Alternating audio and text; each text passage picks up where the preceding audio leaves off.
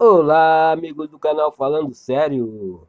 Assunto de hoje: o poder está dentro de você. Neville Goddard. Mas antes, meus amigos, curtam, compartilhem, se inscrevam no nosso canal e não deixe de acionar o sininho para novos vídeos como este. Muito obrigado. E do Éden saía um rio para regar o jardim, e dali ele se dividia em 4 cabeças. Gênesis 2, versículo 10. E todos eles tinham 4 faces.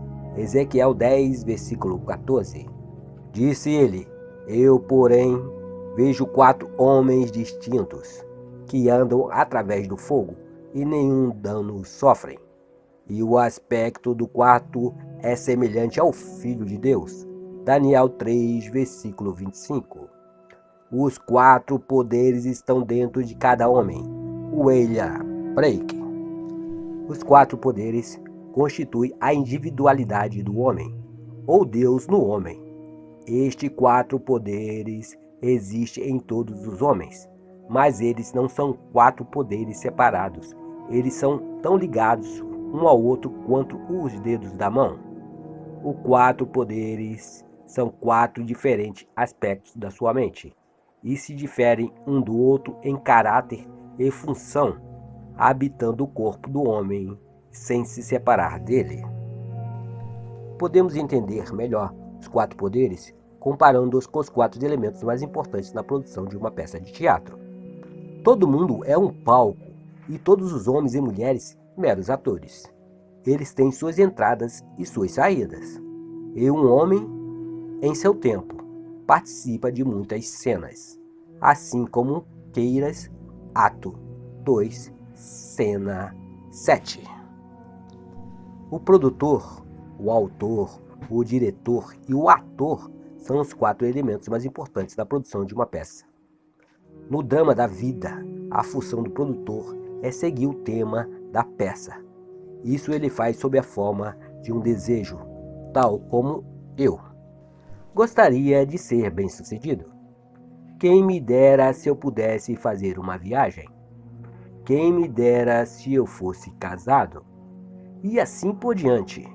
Mas para aparecer no palco do mundo, estes temas gerais devem ser especificados e trabalhados detalhadamente. Não é o bastante apenas dizer: eu gostaria de ser bem-sucedido. Isto é muito vago. Sucesso em quê? No entanto, o primeiro poder só sugere um tema. A dramatização do tema é deixada para a originalidade do segundo poder, o autor. Na dramatização do tema, o autor escreve apenas a última cena da peça, mas esta ele escreve em detalhes. A cena deve dramatizar o desejo realizado. Ele mentalmente constrói esta cena o mais próximo possível daquilo o que ele experiencia caso o desejo fosse realizado. Quando a cena está nitidamente visualizada, o trabalho do autor termina. O terceiro poder na produção do jogo da vida é o diretor. Na tarefa do diretor é garantir que o ator se mantenha fiel ao roteiro e fazê-lo ensaiar várias e várias vezes até que ele realize a cena com naturalidade. Esta função pode ser comparada a uma atenção conscientemente controlada e dirigida, uma atenção focada exclusivamente na ação que implicará na realização do desejo. E o aspecto do quarto é semelhante ao Filho de Deus. A imaginação humana, o ator, este quarto poder, performa dentro de si mesmo, na imaginação, a ação predeterminada que implica na realização do desejo. Sua função não é visualizar e nem observar a ação. Esta função realmente encerra o drama.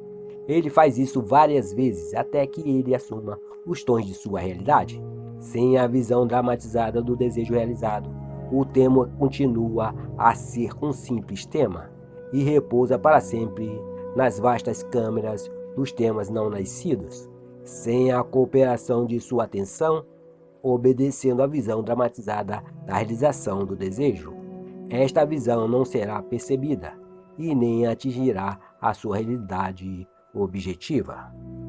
Tende em vós o mesmo sentimento que teve Jesus Cristo, que, tendo plenamente a natureza de Deus, não julgava com ofensa se igualar a Deus. Filipenses 2, versículos 5 e 6. O drama da vida é um esforço conjunto dos 4 aspectos da alma humana. Tudo o que você observa, embora pareça estar fora, está dentro, em sua imaginação, da qual este mundo de mortalidade é apenas uma sombra. William Blake. Tudo o que vemos é uma construção visual artificial, que expressa um tema que foi dramatizado, ensaiado e executado em outro lugar. O que estamos assistindo no palco do mundo é uma construção ótica, concebida para expressar os temas que foram dramatizados, ensaiados e realizados na imaginação do homem.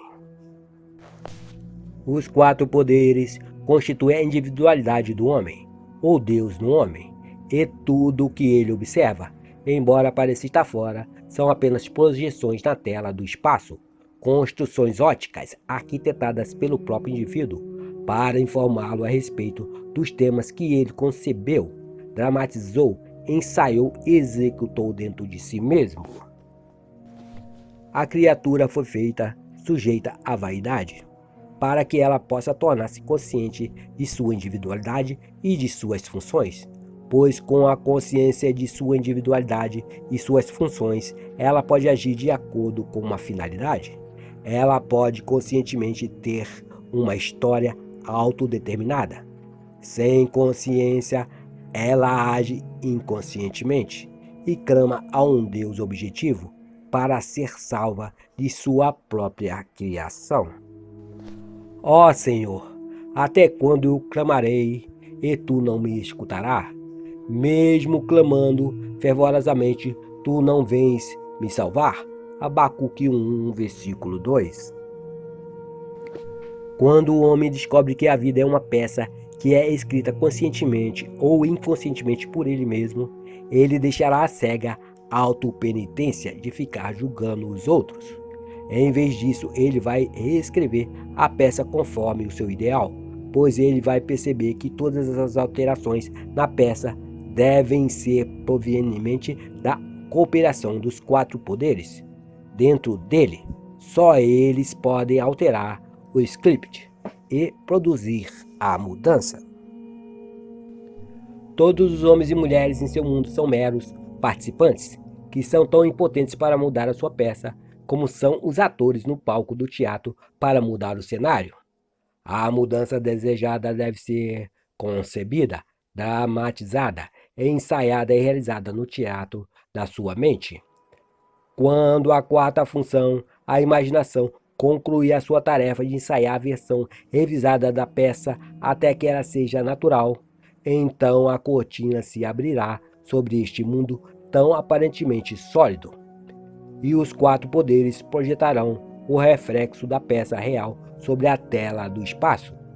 Os homens e mulheres automaticamente desempenharão os seus papéis para realizar o cumprimento do tema dramatizado.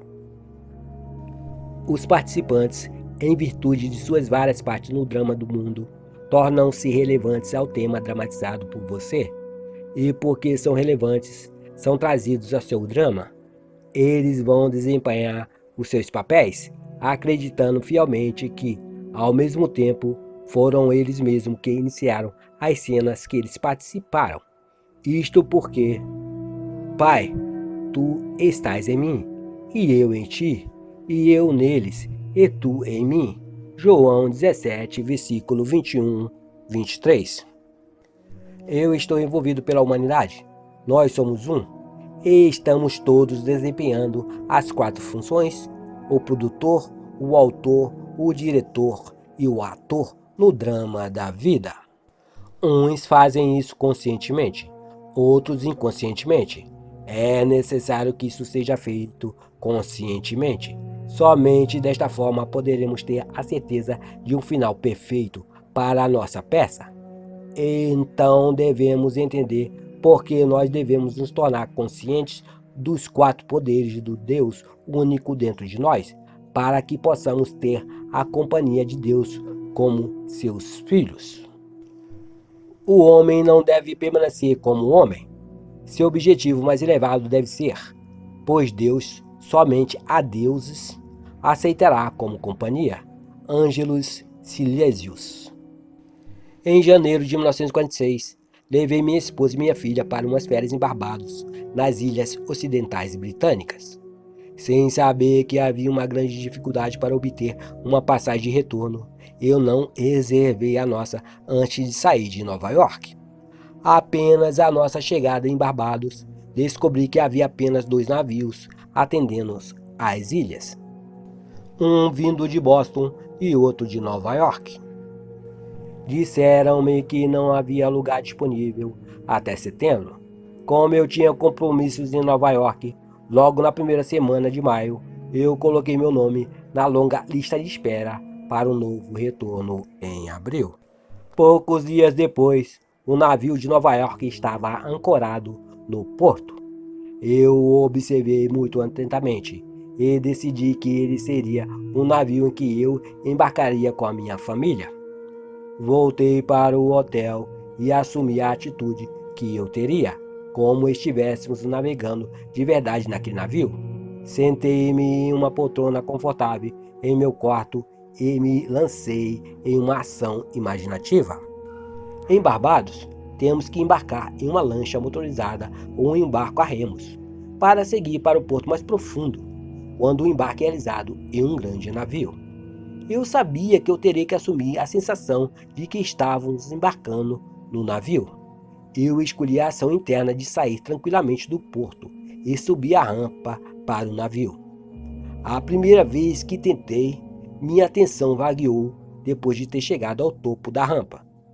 Eu retornei a mim mesmo e tentei de novo.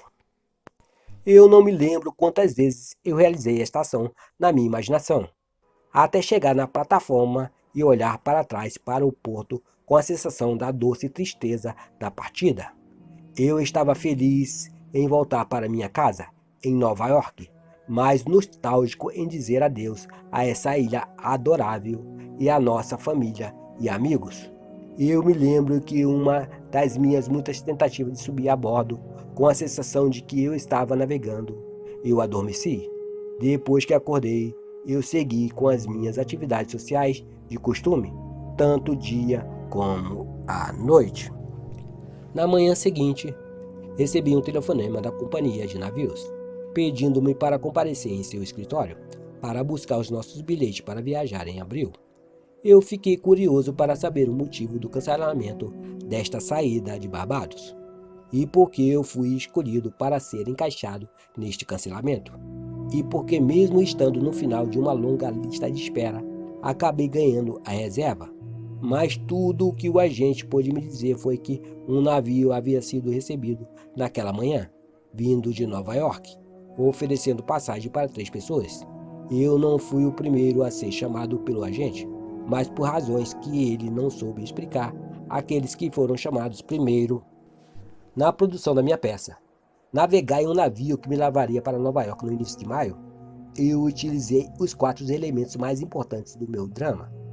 Como produtor, eu decidi navegar em um navio específico em um determinado momento. No papel do autor, eu escrevi o roteiro. Eu visualizei a ação interna que conformava com a ação exterior, que resultaria que o meu desejo seria realizado. Como diretor, eu realizei os ensaios. Como ator, imaginei-me na ação de subir a rampa até que a ação se tornasse completamente natural. Isto sendo feito, os eventos e as pessoas rapidamente foram mudados para que o mundo exterior fosse adequado à peça que eu tinha construído e promulgado em minha imaginação. Eu vi o fluxo da visão mística e vivi entre os homens, bosques e riachos, até que eu já não conseguia distinguir o fluxo da vida e os meus sonhos. George William Russell.